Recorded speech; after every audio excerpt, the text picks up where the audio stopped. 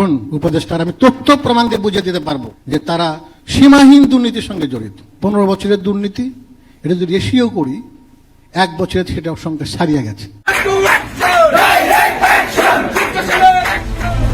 মধ্যরাতে উত্তাল ঢাকা বিশ্ববিদ্যালয়, ভেঙে ফেলা হয়েছে ছাত্র শিবির ও ছাত্রদলে দেওয়া পানির ফিল্টারগুলো। ঠিক সে সময় বাহিনীর শিক্ষার্থীরা ছাত্র রাজনীতির বিরুদ্ধে স্লোগান দেন। ভুক্তভোগী, সাক্ষী এবং সংশ্লিষ্টদের হুমকি দিয়ে বিচারকে বাধাগ্রস্ত করতেই দিল্লিতে বসে শেখ হাসিনা নানা বক্তব্য দিচ্ছেন। ট্রাইব্যুনাল এই পর্যবেক্ষণ দিয়েছেন, শেখ হাসিনাকে দেয়া আদালত অবমাননায় 6 মাসের সাজার পূর্ণাঙ্গ রায় পাঠানো হয়েছে পুলিশ প্রধানের কাছে। এনসিপির সাথে আমার বিপ্লবের সম্পর্ক। আমি আসলে 2-4 জন 10 জন 100 জনকে কিছু। সুপ্রিয় দর্শক মন্ডলী, আসসালামু আলাইকুম ওয়া রাহমাতুল্লাহ। আশা করি সবাই ভালো এবং সুস্থ আছেন। স্বাগত জানাচ্ছি আমাদের আরেকটি নতুন ভিডিওতে। সুপ্রিয় দর্শক মন্ডলী, ভিডিওর থাম্বনেল, টাইটেল, ভিডিওর কিছু অংশ বিশেষ দেখে আপনারা ইতিমধ্যে ধারণা করতে পেরেছেন আজকের ভিডিওর কতটা গুরুত্বপূর্ণ। সুপ্রিয় দর্শক, আসুন আমরা কথা না বাড়িয়ে সেই সম্পূর্ণ বিস্তারিত আলোচনা দেখে আসি। জামাত, এনসিপি, বিএনপি নির্বাচনকে কেন্দ্র করে যে রাজনৈতিক অস্থিরতার সৃষ্টি হয়েছে তারাই আলোয় কাজ করে এই ভিডিও মূলত। সুপ্রিয় দর্শক, আসুন আমরা কথা না বাড়িয়ে সেই সম্পূর্ণ বিস্তারিত আলোচনার দিকে মুভ করি। তার আগে আপনাদের প্রতি ছোট্ট একটি রিকোয়েস্ট, আমাদের চ্যানেলে এখনো যারা নতুন, চ্যানেলটি সাবস্ক্রাইব করে, লাইক করে, শেয়ার করে আমাদের সাথেই থাকুন। আজকে চেয়ারে বসছেন অন্তত 8জন উপদেষ্টার আমি তথ্য প্রমাণ দিয়ে বুঝিয়ে দিতে পারবো যে তারা সীমাহীন দুর্নীতির সঙ্গে জড়িত। 15 বছরের দুর্নীতি, এটা যদি রেশিও করি 1 বছরে সেটা সংখ্যা ছাড়িয়ে গেছে। যে উপদেষ্টার এপিএস এর অ্যাকাউন্টে 200 টাকা পাওয়া গিয়েছে, 200 কোটি, তাদের বিরুদ্ধে কেন ব্যবস্থা নেওয়া হলো না? বা আগামী দিনে যে সরকার আসছে, যে অঙ্গীকার নিয়ে আসছে, যে জুলাই সনদের ঘোষণা নিয়ে এবং জুলাই সনদের স্বাক্ষর করে আসতে হচ্ছে সরকারে, সেটা বিএনপি হোক, জামাতি হোক আর এনসিপি হোক। অতএব আপনি হিসাব করে দুর্নীতি করবেন, এটা আপনার পরিবার, আপনার ব্যক্তির জীবন ধূলিসাৎ হয়ে যেতে পারে। আরেকটি কথা, এই যে 1 বছর অনেকে বলে দুর্নীতি আগের চেয়ে রেশিও অনুযায়ী যদি হয় 15 বছরের দুর্নীতি, এটা যদি রেশিও করি 1 বছরে সেটা সংখ্যা ছাড়িয়ে গেছে। এই অপবাদ আমাদের জন্য আর কি লজ্জার হতে পারে? আজকে মুগ্ধ যেভাবে কথা বলেছে যে এই যে অন্যায় হাসিনা করেছে, এই যে হত্যাকাণ্ড করেছে, এর সঙ্গে কিন্তু আমাদের সহকর্মীরা জড়িত ছিল।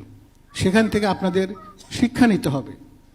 এবং তারা কিন্তু অধিকাংশই এখন পলাতক, অধিকাংশই কিন্তু জেলখানায়, অধিকাংশ দুদিকের জালে আটকে গেছে। অতএব আপনাদের এইখান থেকে শিক্ষা নিতে হবে। ভবিষ্যতে কোনো দলের প্রতি কোনো অনুকম্পা আপনাদের দেখানোর দরকার নেই। আজকে চেয়ারে বসছেন অন্তত 8জন উপদেষ্টার আমি তথ্য প্রমাণ দিয়ে বুঝিয়ে দিতে পারবো, আমার সচিব আছেন 2 জন, যে তারা সীমাহীন দুর্নীতির সঙ্গে জড়িত। এবং আগে তাদের কন্ট্যাক্ট করা ছাড়া গুরুত্বপূর্ণ পদে কোনো রকম নিয়োগ হবে না, কোনো বদলি হবে না। আমার কিছু প্রমাণ আছে, প্রমাণ কথা বলি না। এবং মাননীয় উপদেষ্টা পর্যন্ত গোয়েন্দা সংস্থার রিপোর্ট আছে, তারেক রহমান বলেছে যে ব্যক্তি 19কে নিয়ে কোনো কথা বলা যাবে না।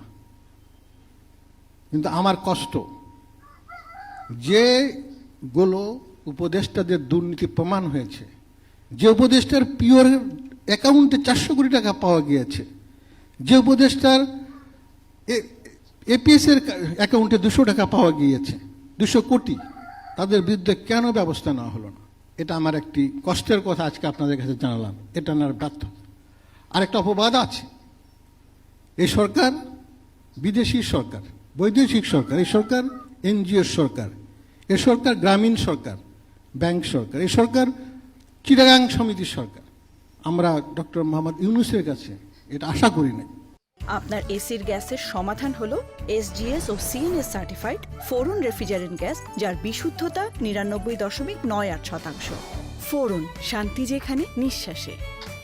স্বাস্থ্য উপদেষ্টা নূরজাহান বেগম, হুইসি স্বাস্থ্য মন্ত্রণালয়ের মতো একটা মন্ত্রণালয় বেগম নূরজাহান চালাতে পারে? যা হওয়ার তাই হচ্ছে। আজকাল স্থানীয় সরকার বলেন, যুব ক্রিয়া বলে, এত 2টা বড় প্রতিষ্ঠান একজন অনভিজ্ঞ মানুষকে দিয়ে বসানো আসা হয়েছে।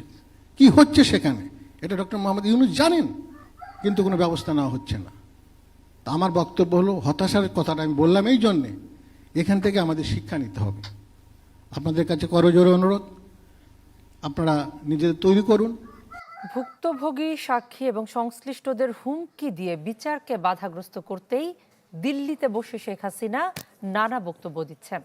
ট্রাইব্যুনাল এই পর্যবেক্ষণ দিয়েছেন। শেখ হাসিনাকে দেয়া আদালত অবমাননায় 6 মাসের সাজার পূর্ণাঙ্গ রায় পাঠানো হয়েছে পুলিশ প্রধানের কাছে।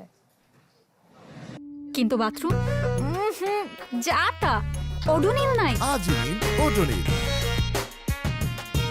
সুবাসিত ঘরে স্ট্যাটাস বাড়ে।